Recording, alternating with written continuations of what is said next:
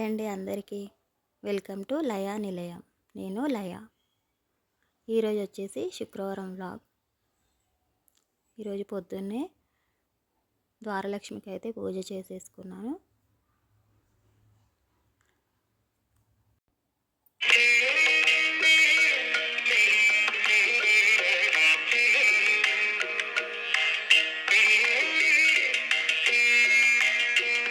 తులసమ్మ దగ్గర కూడా ఇలా ముగ్గులు వేసుకున్నాను. తామర ముగ్గు చిన్నది, జాజితో అలికి ముగ్గులు వేసుకుంటాను ప్రతి శుక్రవారం.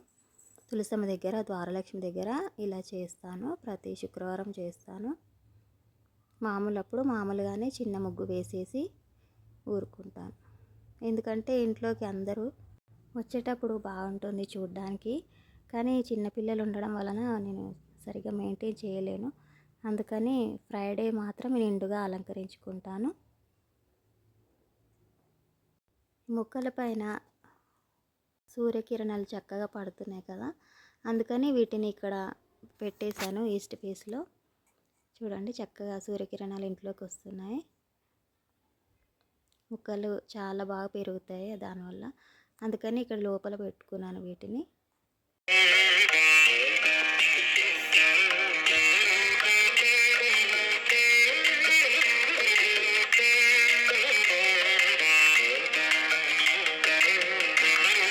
ఇక్కడ దీపం పెట్టేశాను. ఇక్కడ అమ్మవారి పాదాలను ఇలా చక్కగా అలంకరించుకున్నాను.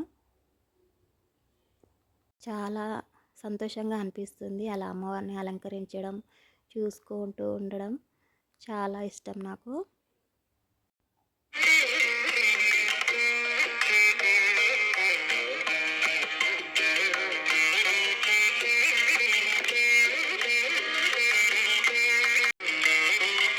ఇక్కడ పైన కూడా దేవుడి పటాలు ఉన్నాయి కాబట్టి గుడి లోపల ఒక పెద్ద దీపం పెడతాను.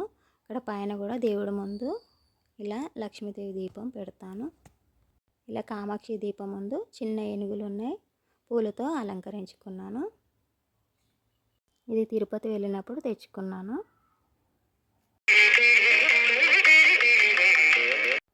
దేవుడికి ఈరోజు పాయసం చేశాను. ఇక్కడ మామిడి పళ్ళు నైవేద్యంగా పెట్టాను. ఉదయాన్నే జగ్గులో నీళ్ళు పోసి అక్కడ బయట పెట్టేస్తాను హాల్లో. పిల్లలు బ్రష్ చేయగానే తాగేస్తారు, పిల్లలు అయినా. ఈ తాబేలును ఇలా అలంకరించుకున్నాను పూలతో.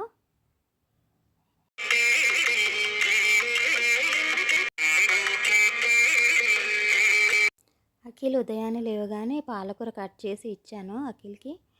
వాటికి వేస్తున్నాడు. చిన్న కోడి పిల్లలు వాటిని ఆడిస్తున్నాడు లేవగానే. వాటిని చూస్తుంటే చాలా చక్కగా అనిపిస్తుంది. పూర్వకాలంలో మనం వాటి అరుపులతోనే నిద్ర లేచేవాళ్ళం కదా. ఇప్పుడు అవి లేకుండా పోయాయి. అంటే ఇళ్ళలో పెంచట్లేదు కదా. ఇవి కూడా రోజు అరుస్తున్నాయి పొద్దున్నే చిన్నగా. అది చూస్తుంటే చక్కగా అనిపిస్తుంది. ఇక్కడ టీ తాగేసాము పూజ అయిన తర్వాత. ఈరోజు సింపుల్గా కర్రీ ప్రిపేర్ చేసేస్తున్నాను. పాలకూర, పెసరపప్పు, ఉల్లిపాయలు వేసిన తర్వాత పెసరపప్పు, ఉప్పు, కారం, అల్లం వెల్లుల్లి పేస్ట్, పసుపు వేసి బాగా మగ్గించాను. మగ్గించిన తర్వాత పాలకూర వేసి సింపుల్గా కర్రీ చేసేసాను. ఫ్రైలాగా చేసేసాను. ఈరోజు దేవుడి గదిలో ఎక్కువ సమయం గడుపుతాను కాబట్టి కర్రీ సింపుల్గా ఉన్నవి ఎంచుకుంటాను, తొందరగా అయిపోయేవి. పాలకూర వేసేసి కొంచెం మగ్గించేసి దించేస్తే సరిపోతుంది. చాలా బాగుంటుంది పాలకూర పెసరపప్పు.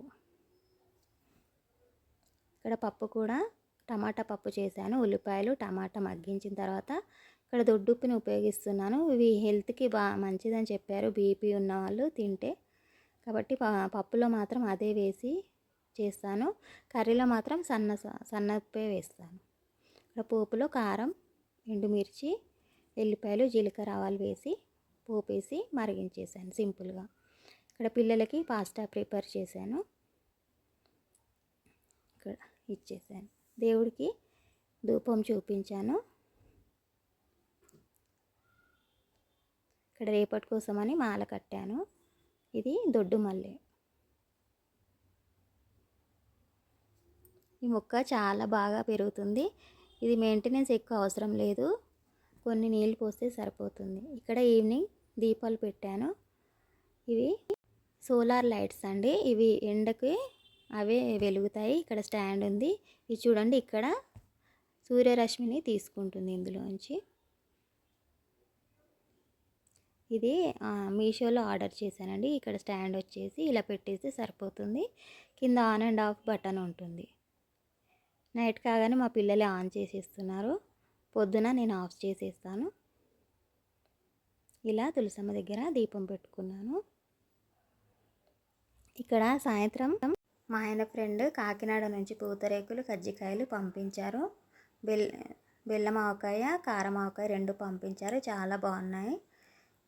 ఈ వీడియో ఇంతటితో ముగిస్తున్నానండి. మీకు నచ్చినట్లయితే లైక్, షేర్ అండ్ సబ్స్క్రైబ్.